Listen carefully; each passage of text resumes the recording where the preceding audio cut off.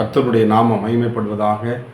ஆண்டவரும் அருமை இரட்சகருமாகிய இயேசுவின் நாமத்தினாலே இந்த காலை வேலைக்காய் நான் தேவனை ஸ்தோத்தரிக்கிறேன். கண்கள் முடி ஜெபம் பண்ணுவோமா? பரிசுத்தமும் கிருபை நிறைந்த நல்ல ஆண்டவரே, இந்த காலை வேலைக்காய் ஸ்தோத்திரம். காலைதோறும் உடைய கிருபை புதிதாக இருக்கும் என்ற வார்த்தையின்படி பிள்ளைகளுடைய வாழ்க்கையிலே இந்த செய்தியை கேட்டுக்கொண்டிருக்கிற பிள்ளைகளுடைய வாழ்க்கையிலே தேவன் புதிய காரியங்களை கர்த்தர் செய்கிறார்கள். இயேசுவின் நாமத்தின் பிதாவே, ஆமென். கர்த்தருடைய நாமம் மகிமைப்படுவதாக. வேதாகமத்தை திறந்து பிரசங்கி 11ஆம் அதிகாரம், அதில் பாருங்க, சோத்திரம் 11ஆம் அதிகாரத்தில் அதில் வாசிப்போம். 6ஆம் வசனத்தை கூட வாசிப்போம். 16. காலையிலே உன் விதையை விதை, மாலையிலே உன் கையை நெகிழ விடாதே. அருமையான தேவனுடைய பிள்ளைகளே, இந்த பிரசங்கி ஒரு ஞானவான் என்று எழுதப்பட்டிருக்கிறது. எல்லாவற்றையும் விசேஷித்தமாக ஆண்டவர் ஒவ்வொரு ஞானத்தை கொடுத்து, இந்த சாலம் எழுதின பிரசங்கியில் கூட அழகாக எழுதப்பட்டிருக்கிறது. காலையிலே உன் விதையை, என்ன ஒன்று விதை என்று, விதை என்பது நம்ம பேசுகிற ஒவ்வொரு வார்த்தையும் அது விதையாக சொல்லலாம். இன்னும் நம்ம ஜெபிக்கிறதும் ஒரு விதை தான். ஆனால் காலை நேரத்தில் ஆண்டவராக இயேசு கிறிஸ்துவை நீங்கள் பார்க்கும் பொழுது சோதரம் ஏதோ கருத்து நம்ம செய்யாதபடிக்கு ஏதோ நம்ம என்ன பண்ணுவோம், காலையில் நிறையா ஷெட்யூல் பண்ணி வச்சுருப்போம். இந்த காரியத்தை எந்திரிச்சோன்னே இதை பண்ணணும், எந்திரிச்சோன்னே இந்த காரியத்தை செய்யணும்னு சொல்லிட்டு. இல்லை பிள்ளைங்களே, இந்த காலை நேரத்தில் உங்கள் வாய்களை திறந்து ஆண்டவராக இயேசுவை உங்கள் வாயினால் நீங்கள் ஆண்டவர் இயேசுவே குட் மார்னிங் ஏசப்பா அப்படின்னு சொல்லிட்டு அவருடைய சமூகத்தை சோதரம் உங்களை தாழ்த்தி, ஆண்டவரே இந்த நாள் முழுவதும் என்னை நடத்துங்கப்பான்னு சொல்லி ஒரு விதையை போடுங்க சோதரம். இந்த விதை ஜெபிக்கிறது என்பது ஒரு விதை என்பதை மறந்துடாதீங்க. அதை முடித்த பிறகு வேதத்தை திறந்து இன்றைக்கி பிஸியான உலகத்தில் வாழ்ந்துக்கிட்டு இருக்கோம். பைபிள் படிக்க நேரம் இல்லைன்னு சொல்கிறோம். பிள்ளைகளை பார்க்க நேரம் இல்லைன்னு சொல்கிறோம். என்னமோ மனைவிட்ட பேச நேரம் இல்லை, கணவன்கிட்ட பேச நேரம் இல்லை, வேலைன்னு ஓடுறோம். கொஞ்சம் நேரத்தை என்ன பண்ணணும், தேவனுக்கு நேரத்தை ஒதுக்கணும். ரெண்டாவது, உங்கள் குடும்பத்துக்கு ஆண்டவர் கொடுத்த குடும்பத்துக்கு நேரத்தை என்ன பண்ணணும், நிச்சயமாக ஒதுக்கணும். அதை உங்கள் மனைவிட்ட பேசுவதுக்கு நேரத்தை சில பேர் எங்களோட பேசவே மாட்டுறாரு, பிள்ளையை கவனிக்க மாட்டுறாங்க, அவங்க வாட்டுக்கு போகிறாங்க, அவங்க வாட்டுக்கு வராங்க, ரொம்ப போர் இருக்காங்க. அப்படி இருக்கக்கூடாது. நாம் தேவன் கொடுத்ததை நாம் எல்லாவற்றையும் என்ன பண்ணுறாரு, ஆண்டவர் ஞானமாக நம்மளுக்கு அழகாக கொடுத்துருக்கிறார். அருமையான குடும்பத்தை கொடுத்துருப்பார், அருமையான பிள்ளைகளை கொடுத்துருப்பார். சோதரா, அருமையான இந்த காலை வேளையில் அருமையான தேவ பிள்ளைகளே, உங்கள் விதையை நீங்கள் எப்படி விதைக்கிறீங்க? முள்ளில் விதைக்கிறீங்களா சோதரா? கற்பாறையில் விதைக்கிறீங்களா? இல்லை நல்ல நிலத்தில் விதைக்கிறீங்க? எப்பவுமே கடுகடுன்னு பேசிக்கிட்டு இருக்கீங்களா? இல்லை முள்ளு மாதிரி குடும்பத்தை குத்திக்கிட்டு இருக்கீங்களா? இல்லை நல்ல நிலமாக அவங்க பிள்ளைக்கு குடும்பத்திற்கு உங்கள் சமுதாயத்துக்கு அப்படி காணப்படுறீங்களா? அதுதான் ரொம்ப முக்கியமான ஒன்று.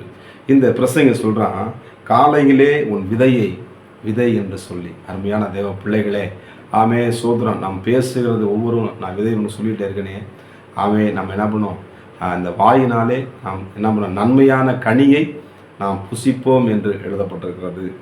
இந்த ஒவ்வொரு நாளும் நீங்கள் யார்கிட்ட பேசும்பொழுது, இந்த ஐயா மறுபடியும் பேச மாட்டாங்களா, இந்த பிரதேசங்களோட பேச மாட்டாங்களா, நீ சொல்லும் பொழுது இயேசுவின் வார்த்தையை உச்சரித்து, ஆண்டவர் நான் எப்படி பேசணும், இந்த அதிகாரிட்ட எப்படி பேசணும், என் பிள்ளைகிட்ட எப்படி பேசணும், என் மனைவிட்ட எப்படி பேசணும், நான் வேலை செய்கிற அலுவலகத்தை பேசணும், இந்த ஊழியத்தனை எப்படி செய்யணும், ஆண்டவர் எனக்கு இந்த கிருபையை தாங்கன்னு சொல்லி நம்ம கேட்கும் பொழுது நிச்சயமாக உங்கள் விதை அது 30, 60, 100 பலன் கொடுக்கும். அருமையான தேவ பிள்ளைகளே, இந்த நிலம் என்று சொல்வது நம்முடைய வாழ்க்கையை குறிக்கிறது. விதை என்பது ஆண்டவர் கொடுத்த சோத்திரம் வார்த்தைகள். சோத்திரம் அந்த காலை வேளையிலே கூட உங்கள் இதயத்தில் இருக்கிறதான எல்லா விதமான தேவையில்லாத முள்ளுகள் சோத்திரம் அந்த சரியான பதப்படுத்தாமல் இருந்து நீங்கள் பேசுனீங்கன்னா, அதான் சொல்லி நிதானமாக யோபு சொல்கிறார் ஆண்டவர். யோபு பேசின மாதிரி நிதானமாக நீங்கள் பேசலைன்னு சொல்லி. அருமையான தேவ பிள்ளைகளே, காலையிலே உங்கள் விதையை விதைக்க மறக்காதீங்க, தேவனை தேட மறக்காதீங்க, வேதத்தை படிக்க மறக்காதீங்க, குடும்பத்தை விசாரிக்க மறக்காதீங்க, உங்கள் பிள்ளைகள் என்ன பண்ணுறாங்கன்னு கவனமாக இருங்க. சோதரம் குடும்ப நிலைமைகள் எப்படி இருக்கு கவனமாக இருங்க. இதெல்லாம் ஒரு விதை என்பதை நீங்கள் மறங்க. அந்த விதை பெரிய ஒரு ஆலமரமாக மாறி அது அநேகருக்கு ஆசீர்வாதமான குடும்பங்களாக நீங்கள் இருப்பீங்க. உங்கள் ஜெபம் அநேகருக்கு ஆசீர்வாதமாக இருக்கும். நீங்கள் இயேசு கிறிஸ்துவை சொல்லும் பொழுது அநேக சந்தோஷம் அடைவாங்க. அவருடைய துக்கம் சந்தோஷமாக மாறும். அவருடைய நம்பிக்கை ஒருபோதும் கெட்டு போவதில்லை. அருமையான தேவ பிள்ளை அதான் சொல்கிறது, என்ன பண்ணு, மாலையிலே உன் கை என்ன பண்ணாத, நெகிழ விடாத. கர்த்தருக்கு மகிமை உண்டாவதாக. அதே மாதிரி பாருங்க, அந்த பிரசங்கி 11ஆம் அதிகாரத்தில் 10ஆம் வசனம் சொல்லப்படுது, நீ உன் இருதயத்திலிருந்து சஞ்சலத்தையும் உன் மாம்சத்திலிருந்து தீங்கையும் நீக்கி போடு, இளவயதும் வாலிபமும் மாயே. ஆமே, ஆண்டவருக்கு பிடிக்காத காரியங்கள் என்ன பண்ணுமா நீக்கி போடணும். அப்போ தான் நம்ம என்ன பண்ணணும், அந்த நிலம் அந்த விதை சரியாக என்ன பண்ணும், அந்த செடி வளரும்போது பார்த்திங்கன்னா தேவையில்லாத களை முளைக்கும், தேவையில்லாத என்ன பண்ணும் முள்கள் முளைக்கும். அதெல்லாம் நம்ம சரி செய்ய நீங்கள் சுத்தப்படுத்தும் பொழுது நீங்கள் என்ன பண்ணுவீங்க, கனி கொடுக்குற மரமாக ஆண்டவருக்காக என்ன பண்ணும், குடும்பத்தில் தேவன் பெரிய காரியங்களை உங்கள் வாழ்க்கையில் செய்வார் என்பதில் மறந்துவிட்டேன். இன்றைக்கி வாலிப பிள்ளைங்க ரொம்ப பிஸியாக பூரா காலையில் எழுந்திரிச்சோடனே சோதரம் நான் பக்கத்தில் என்ன இருக்கும் பார்த்தா செல்லு பக்கத்தில் வச்சுருப்பாங்க. செல்லை எடுத்த உடனே யார் எப்படி எஸ்எம்எஸ் அனுப்பிச்சிருக்கா உடனே என்ன பண்ணுவேன், ஒன்றும் இல்லை, நல்ல வார்த்தைகளை நீங்கள் கேளுங்க. சோத்திரம். ஆண்டோடைய வார்த்தை, ஆண்டோடைய செய்தியை நீங்கள் கேட்கும் பொழுது கர்த்தர் என்ன பண்ணுவார், விசேஷித்த ஞானத்தை உங்களுக்கு தருவார்.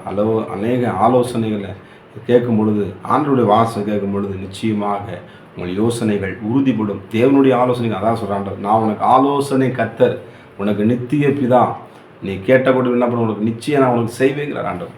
அருமையான தேவ பிள்ளைகளே, இந்த வாலிப நாட்களில் உங்கள் நாட்களை வீணாக்காதீங்க, உங்கள் நேரங்களை வீணாக்காதீங்க, ஆண்டவருக்கு செலவிடுங்க. ஏனோக்குன்னு என்று அருமையான ஒரு தேவ மனிதன், அவன் குடும்பத்தோடு கூட இருந்தான், ஆனாலும் தேவனோடு கூட இருந்தான் என்று எழுதப்பட்டிருக்கிறது. இந்த ஏனோக்கு தேவனோடு கூட சஞ்சரித்து கொண்டிருந்தான். இந்த வாழ்க்கையில் எடுத்து உயிரோடு என்ன பண்ணான், எடுத்து கொள்ளப்பட்டான் இயேசுக்காக. ஸ்தோத்திரம். ஆண்டவர் ஆகிய தேவன் உங்களை ஆச்சரியமாக அதிசயமாக நடத்தப் போகிறார் என்பதில் எந்த விதமான சந்தேகம். அந்த விதையானது சோதரம் ஆண்டவர் நிச்சயமாக வாழ்க்கையிலே பெரிய ஒரு ஆலமரமாக நீங்கள் மாறுவீர்கள். கடுகளவு விசுவாசம், கடுகளவு அந்த விதை பெரிய ஒரு ஆலமரமாக நிச்சயமாக வாழ்க்கையிலே கர்த்தர் பெரிய காரியங்களை செய்வார் என்பதில் மறந்து விடாத பிள்ளை. உங்கள் ஜெபம் என்பது விதை. நீங்கள் செயல்படுகிற ஒவ்வொரு வார்த்தைகளும் அது விதையாக இருக்கிறது. ஆண்டவர் நிச்சயமாக உங்கள் வாழ்க்கையிலே கர்த்தர் பெரிய காரியங்களை அது 30, 60, 100 பலன் கொடுக்கும். பிள்ளைகளை நாம் ஜெபம் பண்ணுவோமா? ஆண்டவருடைய நாமத்தை நாம் மையப்படுத்துவோம்.